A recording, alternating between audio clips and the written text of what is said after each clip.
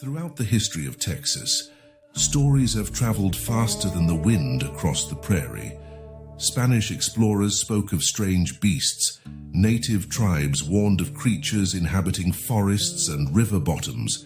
Ranchers whispered about impossible predators, while modern campers still tell of glowing eyes staring from the darkness. Tonight, we explore a question as big as Texas itself. Are these merely stories, or are they echoes of something that has always walked beside us?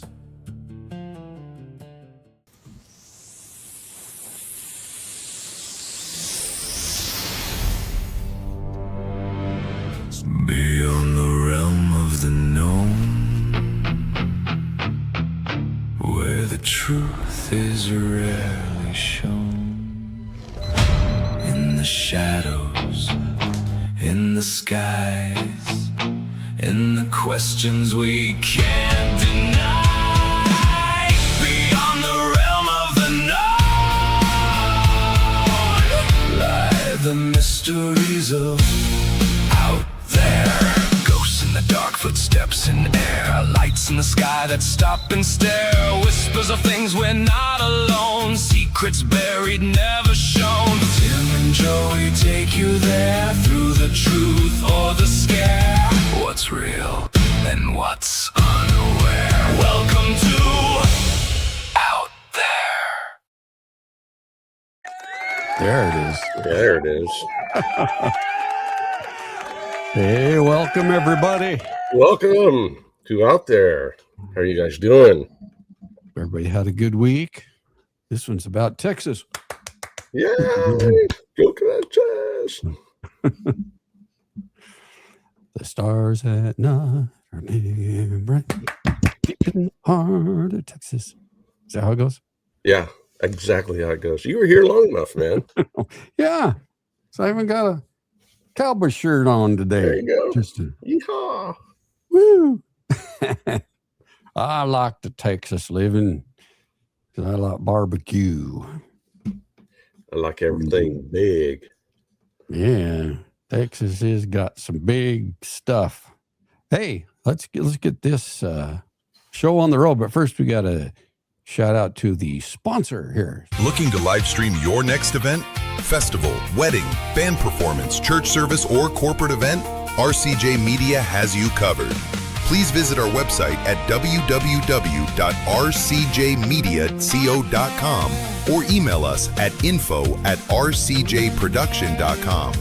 RCJ Media, a division of RCJ Productions, has you covered.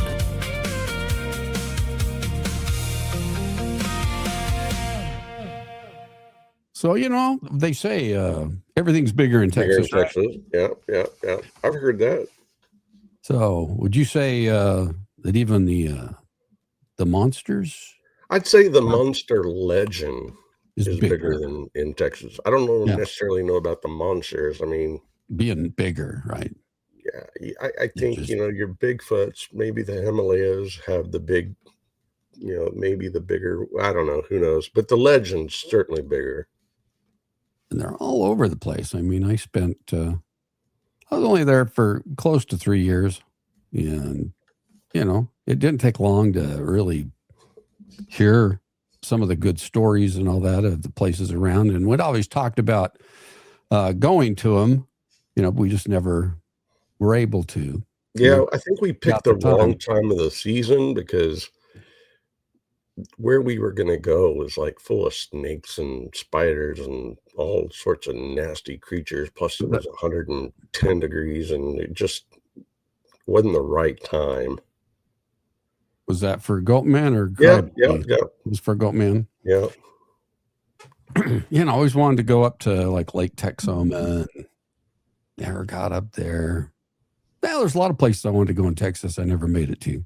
Yeah. And I say the same thing about Arizona now. I watch all these specials on Arizona, and there were places like right in my backyard that I never got to experience. And I hear about them now, and I'm like, crap, I was right there. Oh, wow. We'll all be traveling here soon, won't we? Yeah. Yes, we will. Got places to go, people to see.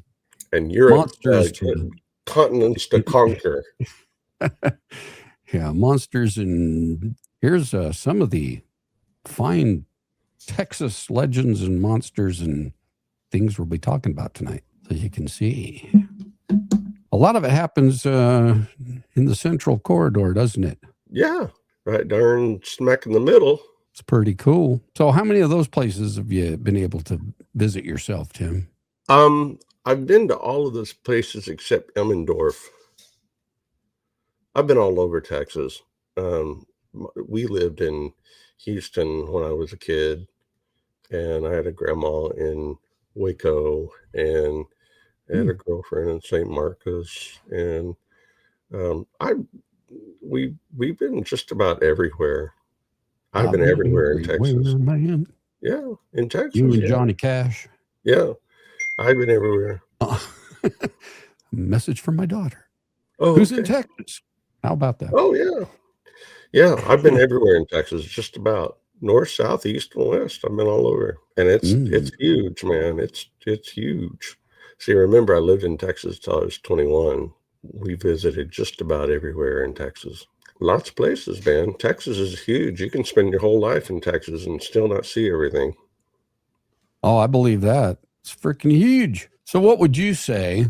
I mean, I have my ideas, but since you've been a Texan for most of your adult life or young life and half your life, I would say, right? What would you say is probably the biggest legend or monster story coming out of Texas? The ones that come to mind are the Chupacabra, the Bigfoot, and then the Elmenberg, the creature that attacks everybody's cars. And then I heard about Goatman when I lived in Bedford, but never got a chance to really explore it or dive into it. But see, so when I was a little kid, my dad used to drive back and forth from Lubbock to Odessa, and I would lay up in the back dash of the car, where back window, no seatbelt, the back window, and I'd be sitting there on those 6x9 Pioneer speakers, and he'd be listening to Wolfman Jack. I don't know if you know who Wolfman Jack is. He was a very, very popular radio personality back in the 70s. And they always talked about the gargoyles. Over the years, the word gargoyles, I think, has changed. And they've started calling them other names because of the location of the monsters, like the Ellenberg monster. I think eventually previously, I think it was called a gargoyle. I'm not sure, but the monster from Ellenberg now is not the flying creature, but gargoyles were really reported big time back in the 70s when I was a kid. That's what I grew up knowing about. I heard about Bigfoots. I didn't know about Chupacabra, but they called them something else back then, and I can't remember what they called them, but I'm thinking scary. Yeah, scary monsters. Yeah, Texas monsters. That's basically what they were, and there was a description of all of them, but this one that I remember very, very vividly had red eyes and looked like a wolf and a human, and it had red eyes and it had wings and it flew. And then they came out with this, hey Chris, how you doing, buddy? Then they came out with this movie, The Gargoyles, and I lost my mind, and I really stopped. The Beast of Bear Creek, That one didn't make the list. I'll have to look that one up. Well, it's like I hate to use the word skinwalker because I think that's over. We didn't know what shape-shifting was back then. You know what I'm saying? Yeah. Nobody knew what that was. But at one point, it looked like an animal. At one point, it looked like a human. And there wasn't a name for it back then like there is now. So, all right. Well, I got to get us back on track. And I think it's because of Ghost Adventures making a big deal about this place is the reason. It's one that I've always heard about before I moved to Texas and all that. I mean, Chupacabra and Bigfoot, yeah. But I know them from other places in the country, but Right. These are special to this area. This is specific to Texas. Right. And so the first one we're going to cover is the Goatman from Goatman's Bridge. And to help us with that one is we're going to have Knightley tell us all about it. And then plus there's an eyewitness account in here too.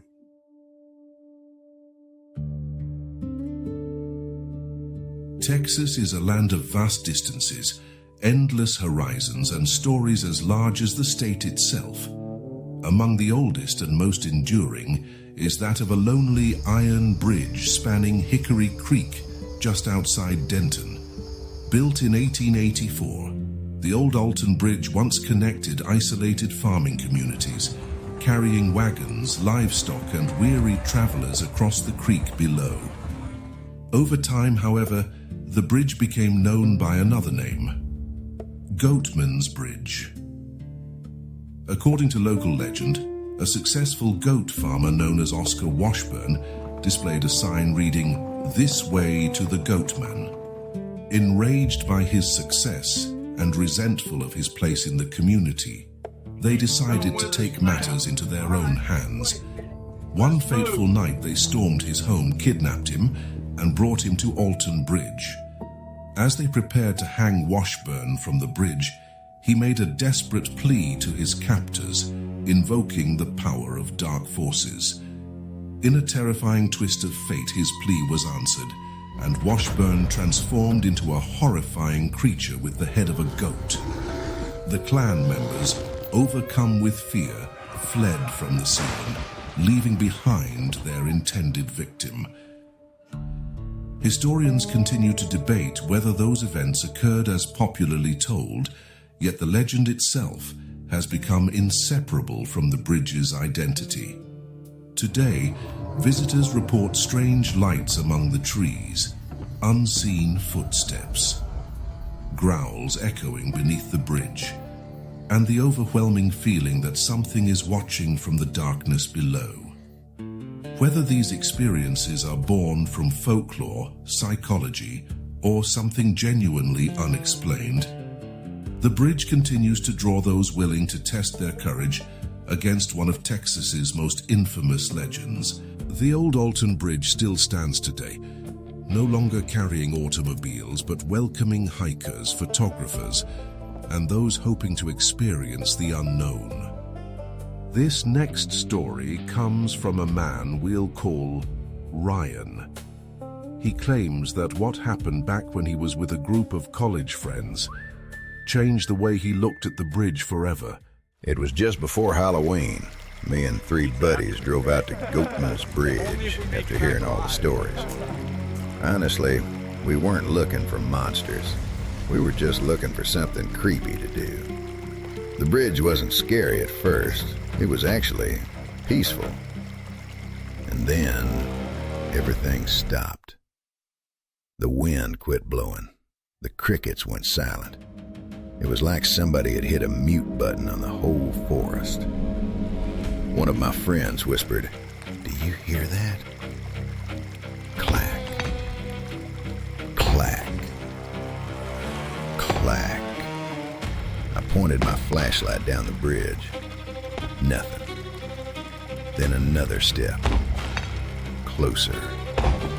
My buddy grabbed my shoulder, but he wasn't looking down the bridge. He was pointing underneath it. I looked over the side, and I swear there were 2 eyes. They were way too high off the ground to belong to any animal. Then, whatever it was, stood up. I never saw the whole thing, just movement, branches bending, and something that felt impossibly large. Nobody said run. We just ran. When we finally made it back to the truck, nobody spoke for almost a minute. Then one of my friends finally asked, "Did everybody else see those eyes?" We all said yes. I still don't know what we saw that night, but I know it wasn't supposed to be there.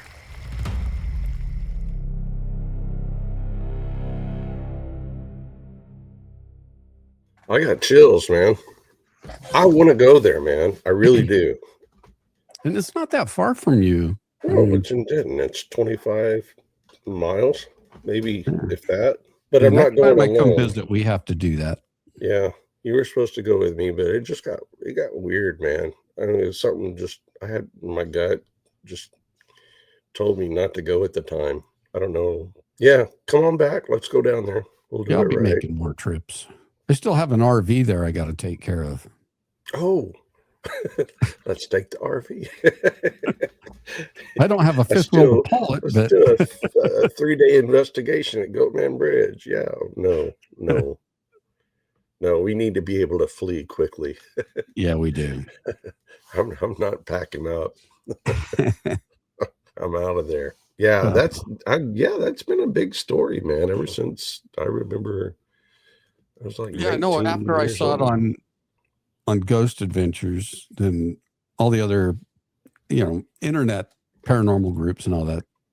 Yeah, it's been hit 1,000 times by investigators, but and I haven't really seen a good investigation on it. I'll tell you what, we're going to go to another one. This one I wasn't familiar with, but after hearing the stories and stuff, it's pretty cool. I have my opinions about it. It's the Lake Worth monster. Oh, yeah. And to me, I believe that's probably a Bigfoot, So what do they say about the Lake Worth monster? Let's find out. Northwest of Fort Worth lies Lake Worth, a reservoir surrounded by wooded hills, rocky bluffs, and winding shoreline roads. During the summer of 1969, what began as a quiet evening for several local couples soon became one of Texas's most famous cryptid incidents. Witnesses described a large creature, unlike anything they had ever seen. Some compared it to a giant ape. Others claimed it possessed goat-like features, glowing eyes, and immense strength. Reports spread rapidly through Fort Worth, attracting police officers, reporters, and hundreds of curious residents hoping for a glimpse of the mysterious beast. Whether the witnesses encountered an unknown animal, experienced mistaken identity under difficult conditions, or became caught up in a wave of expectation remains a matter of debate. Yet, more than half a century later, the Lake Worth monster continues to occupy a unique place in Texas folklore. In 1969, this shoreline looked very different than it does today. Fewer homes, darker nights, miles of undeveloped woods where anything or anyone could disappear. The following account is inspired by multiple witness statements reported during the Lake Worth monster sightings of 1969. My girlfriend and I used to drive out to Lake Worth almost every Friday night. It was quiet. Nobody bothered you. You could park overlooking the lake and just talk. It had gotten dark, maybe around 10. I remember hearing rocks falling. At first, I thought it was somebody climbing the hill. Then, whatever it was, stepped out. It wasn't a bear. It wasn't a man. It stood there, looking right at us. Its eyes reflected our headlights. It looked muscular. Its arms were incredibly long. Then it started walking toward us. My girlfriend screamed. I threw the car into reverse. I wasn't even looking behind me. That's when it picked up something. A tire. An actual tire. And threw it. I remember thinking, no animal can do that. When we got home, nobody believed us. Until the newspapers started reporting that other people had seen it too. After Eyewitness, as reports multiplied, local newspapers covered the sightings extensively. Police responded to calls, searched portions of the shoreline, and found no definitive explanation. The excitement grew so intense that hundreds of curious residents began driving to Lake Worth, hoping to catch a glimpse of the mysterious creature. Yeah, I don't know. I got to mute. It was big. It may be gone now because I haven't heard a whole lot of. But you had heard that story before? A long time ago. A long time ago. But I heard it was a creature that came out of the water. Like a Loch Ness? No, just it came in and out of the water, and it was a big hairy beast, but it went in and out of water. That particular story doesn't talk about any water interaction, but I heard that like back in the 80s. My friend Dirk, if you're watching Dirk, he may know more about it. He told me about that. Remember you're talking about Dirk. Hey, Keith, thanks for joining us, man. Hey, Keith. I don't think it's there anymore. I really don't. I haven't heard anything about it in years, even in the paranormal world. Is it really built up around there too? Is it more... It is now. More urbanized now? Oh, yeah. There's houses everywhere. So it's either been run out of its territory or deceased or, yeah, back in the day. And it had horns. I know it had horns. Oh. That's what.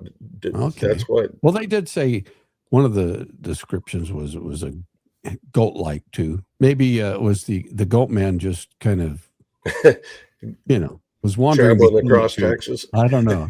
Sure. Waltzing across Texas. Sure. The Goatman, he waltzes across Texas. Yeah, if it's connected to the Trinity. People. Okay. Very interesting, though.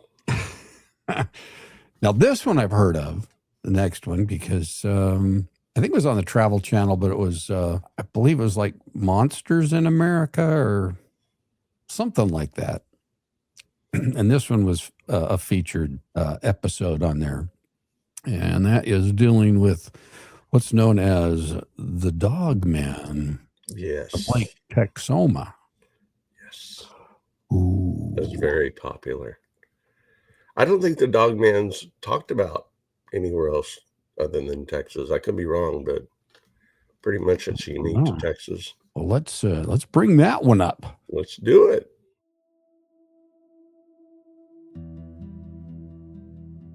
Lake Texoma stretches across the Texas-Oklahoma border, covering nearly 90,000 acres of open water, surrounded by dense forests, rocky shorelines, and countless miles of secluded wilderness.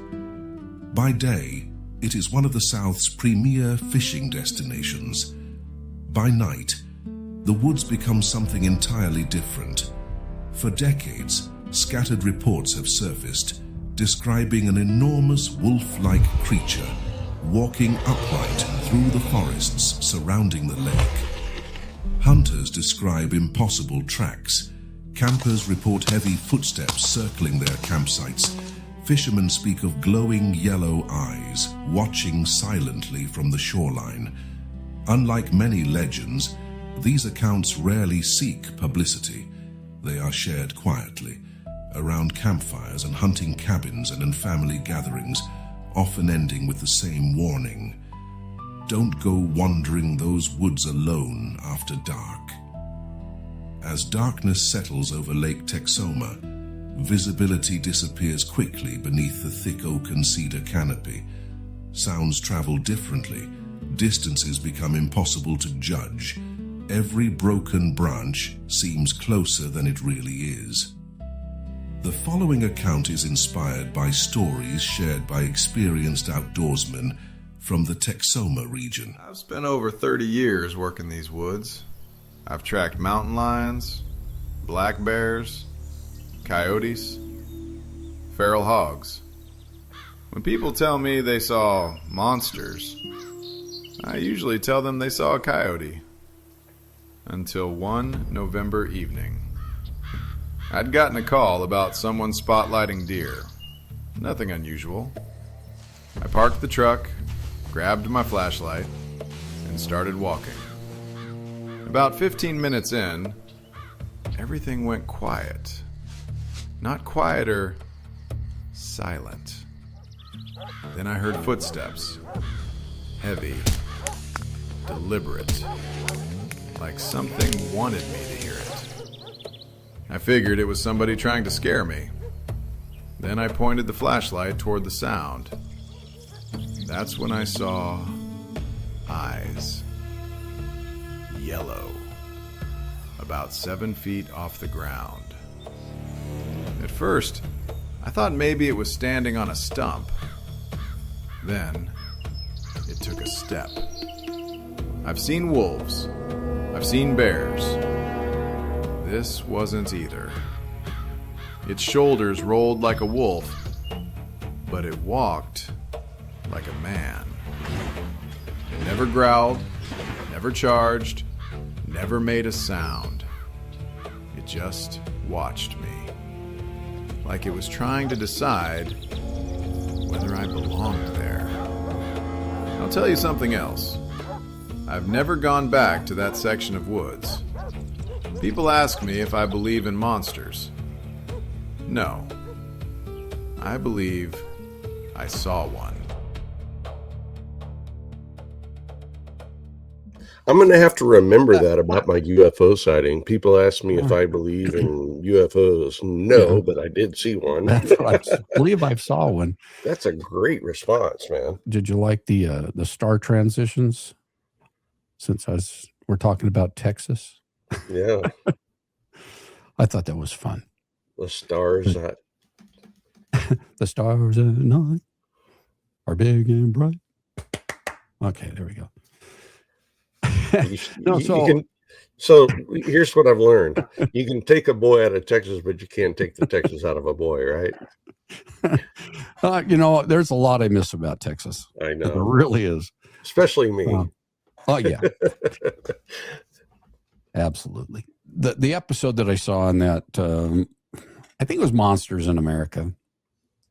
I'm going to go with that. Yeah. It was about a couple of fishermen. They took a boat across the lake and found a nice little cove that they decided to camp in overnight. And they were, building a nice little campfire, started enjoying the evening. And then all of a sudden, boulders were being chucked at them from the woods. They couldn't see what was tossing things at them, and it got pretty dangerous. So they, they got in the boat and left all their other crap there and took off. But things were still flying at them as they were boating away.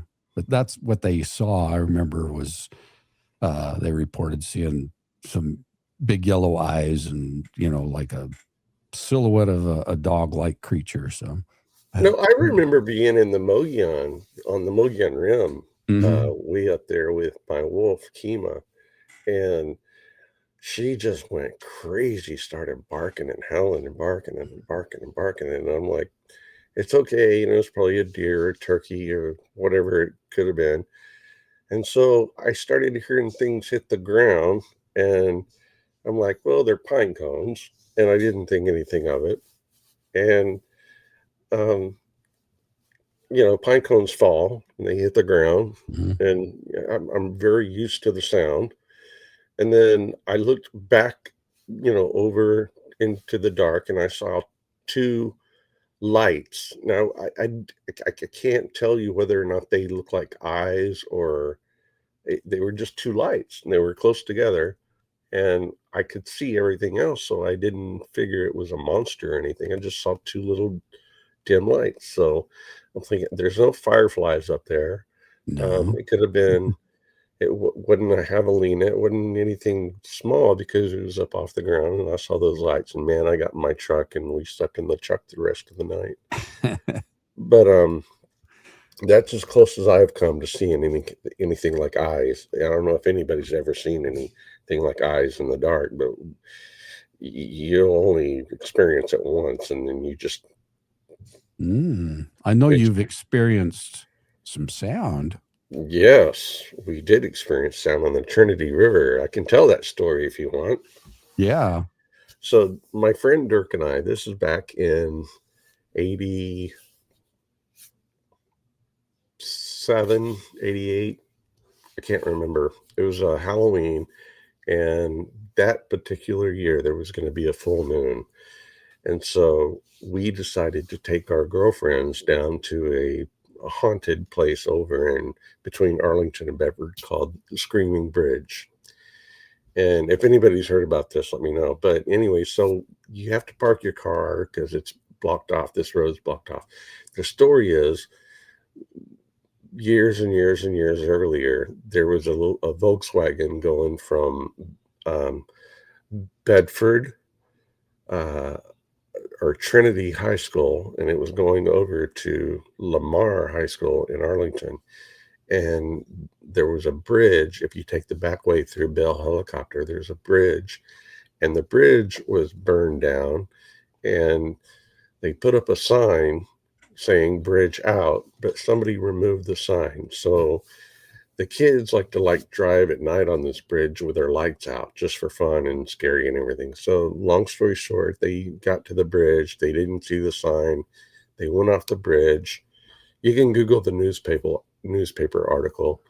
It'll show you about it. So it was like 4 teenagers and a guy that was driving, and the bug went off the bridge, and they never found the bodies. And so it's been a long legend. If you go there on Halloween or any night, especially on Halloween, you can hear the screams of the girls as they went off the bridge. So we took our girlfriends down there, and we walked probably a half mile down to the Trinity River, and we got down to the Trinity River, and there's a hill before you get onto the bank right by the river. So I hopped down, my girlfriend hopped down, and then I turned around to help his girlfriend down, and all of a sudden, right behind me, maybe 4 feet off the bank into the water, a huge object hit the water and just completely splashed and covered the back of us and got us all wet. And I immediately looked at Dirk, and I'm saying, Dirk, what the, and I'm like, because I knew he threw something into the water. But when I looked up at him, he's sitting here with his hands out, and he's like, what was that? And I'm like, I realized he didn't throw it. And so we looked at each other and trying to gather what happened. We were all in sort of a little bit of shock, and I'm soaking wet. His pants were wet from like the knees down. It got him because he was up on a higher level. I jumped up out of that area, and we ran so fast to our cars. We left the girls like behind us. Dirk was a lot faster than I was, but I was right behind him. And he turned around and said, "Where are the girls?" I'm like, they're coming. And we got back to the cars, and we were out of breath. We were out of breath, and we never, ever, ever went back. Now, for years and years and years and years and years, we just imagined it was paranormal, and it was a ghost or it was something hitting that water and splashing us. And we've lived with this our whole adult lives. And then all of a sudden, I see an article, and it talks about how, and this is a Trinity article. This is a Trinity River. And this is a recent article, right? This is a recent article I saw about. My friend Roddy Maddox brought it up to me a couple months ago, and he said, "Well, you do know there's alligators in the Trinity River, right?" And I'm like, "No, there's not." He goes, "Oh yeah." So he pulls up these articles where they've been finding alligators in the Trinity River. So now I'm thinking, well, maybe it wasn't paranormal. Maybe that's what happened to the bodies, huh?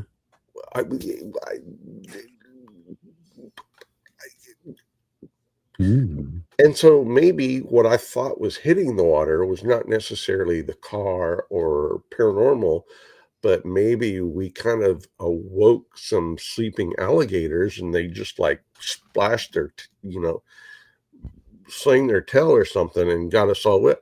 I don't know to this day. I have no idea what it was. So bizarre. All I know is I'll never go back there at night unless I've got my AR-15 and a bunch of support with me. I'll go back, but I'm going to have support if I go back. I know we talked about it when I was there. That we and I wanted to do an investigation, but now that I've found out that there are alligators in the Trinity River, I'm going to go with some major support. Not going to be alligator bait. But until then, I would never go back. When I thought it was paranormal, I'm like, oh, no, no, no. And then once I got into paranormal investigation, I brought this up to you. We were going to plan a trip out there because I'm not afraid of paranormals. I'm afraid of alligators. I'm not afraid of ghosts. Rightly so. I'm not afraid of ghosts whatsoever. We've been in a lot of places. We've been scratched. We've been pushed. We've had shit thrown at us. We've been through all of that stuff. I'm not scared of that. I did tell you, Mom. I told you the one about me and Dirk going down to Screamer's Bridge. You know I've been to Screamer's Bridge. We've told that story many times. You knew it when I did it. You just don't remember, bless your heart. But I'm not afraid of paranormal, ghosts and goblins, and I'm not afraid of any of that stuff. But alligators I will not do that without an arsenal and a lot of flashlights and support. But I still want to investigate it, so that will be one of the things that we do. All right, we will do it. Absolutely. So I'm going to run some more Texas monsters. Let's see them, man.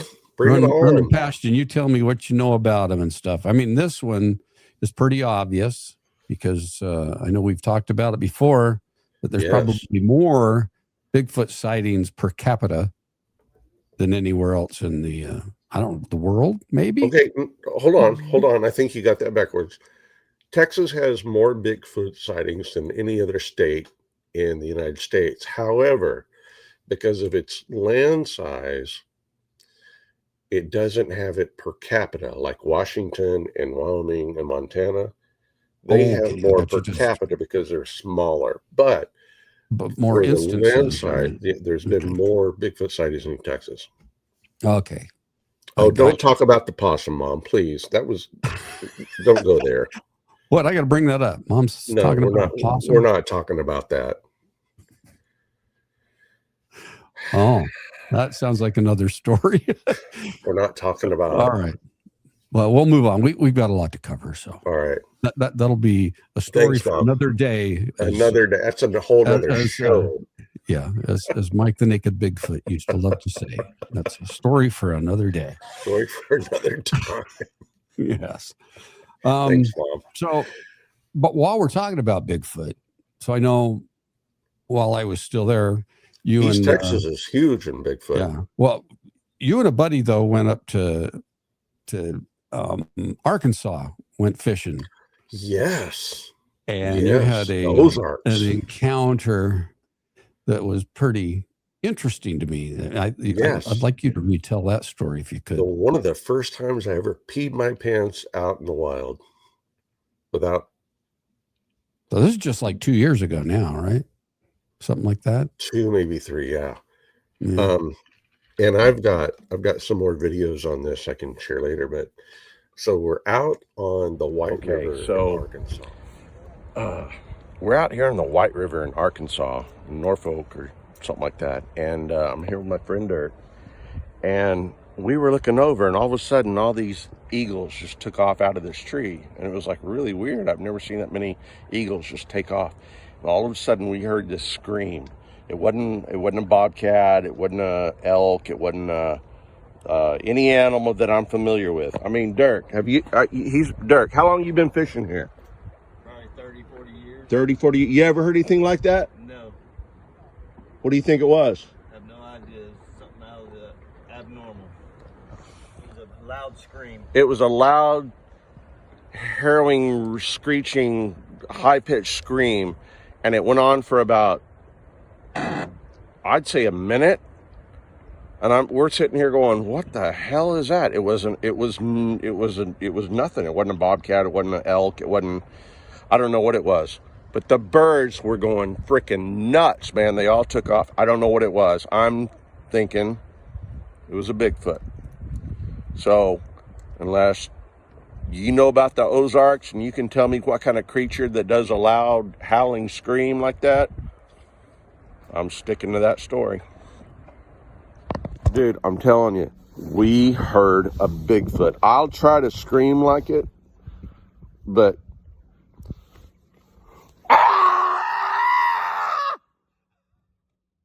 so anyway, Hope we see it again. I hope we're able to catch it on video if it happens again. But until then, hey, I heard a Bigfoot. He was doing this when I first met him in 7th grade. He was a hunter fisherman, and he's been doing this all of his life. He's got those $4,000 bird dogs and hunting dogs that point, and I mean, he's done it all. He's an avid hunter fisherman. And I looked over at Dirk. I'm like, Dirk, what was that? And he looked right back at me and goes, man, I don't know what that was. I'm like, seriously, you don't know what that was? He goes, no, I don't know what that was. And I'm like, dude, I've never heard anything like that. And he goes, I haven't either. And for him to tell me that, I'm like, holy crap. And I know what it was. It was a Bigfoot. It had to be a Bigfoot because it modulated like too loud to be a lion or a bear or a moose or anything. And we're in the Ozarks in Arkansas. There's no big animals like that around that river. And so we got back to our room, and right outside our door, there's a statue of a Bigfoot, and somebody's put like a hula skirt on it and put a fishing pole in its hand. I'm like, Dirk, why is there a statue of a Bigfoot? He goes, I've seen it ever since I've been coming here, but I never knew why it was there. Nobody's ever said anything about it. Dude, Bigfoot is in the Ozarks, and I heard it, and I'll never hear anything like that ever again. I swear. It was amazing. For those people that don't believe in Bigfoot because you haven't heard and you haven't seen and you haven't experienced one, there are way too many sightings. There's just too many stories about it for it not to be real. Now, I haven't seen anything in East Texas, but I haven't really been out into the East Texas woods or anything like that.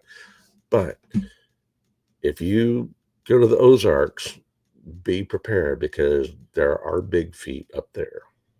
There's my story. Man. That's my Bigfoot story. All right. Well, here's the next one we're going to talk about. Let's do it. Oh, yeah. South Texas Chupacabra.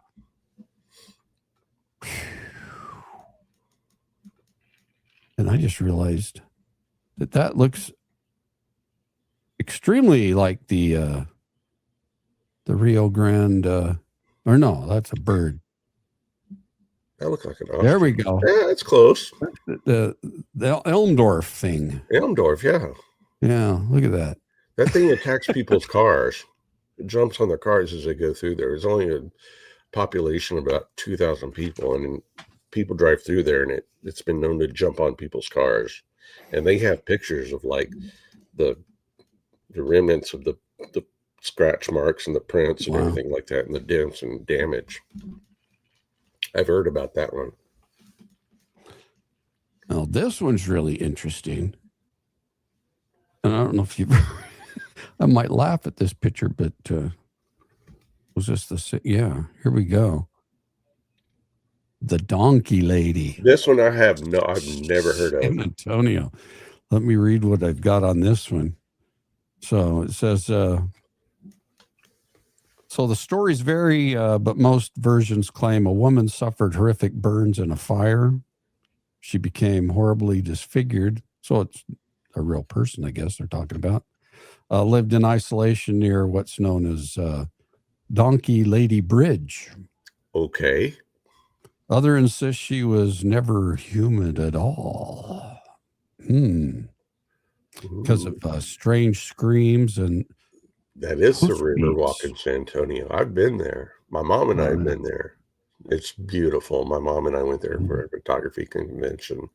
We had a blast. It's gorgeous. So I never heard that story.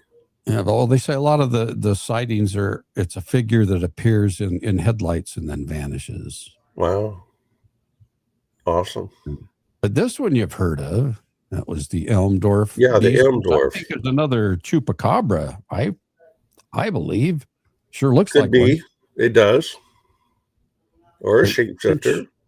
Since you've heard of it, what did you hear about it? I heard that when people drive through there, it's a population, like I said, of 2,000 people, and the story goes, see, it's not like a a normal through road to like from city to city. It's from like a town to a small town. It's not a very popular traveled road, but I've heard that when people do drive down this road, they report things jumping on their cars and, blah, blah, blah, blah, on the top of the cars. And they have pictures of the claw marks and the dents and everything they put in the car. And it has glowing eyes and it attacks vehicles. That's all I've heard about that story. Well, that would be terrifying. Oh, hell yeah.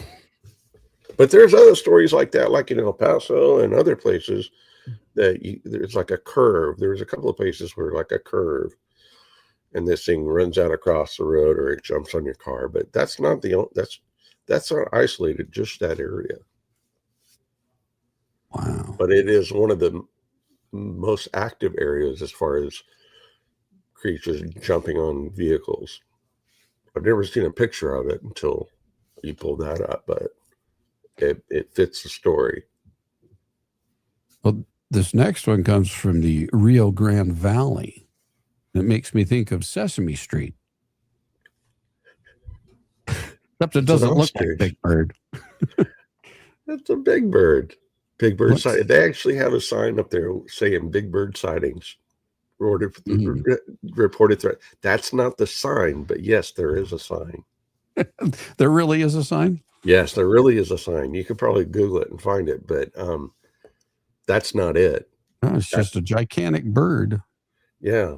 Some people think it's an ostrich. People really don't know what it is. Well, they say 7 to 10 feet tall. Yeah. With the huge wingspan, long legs, dark feathers, and red glowing eyes.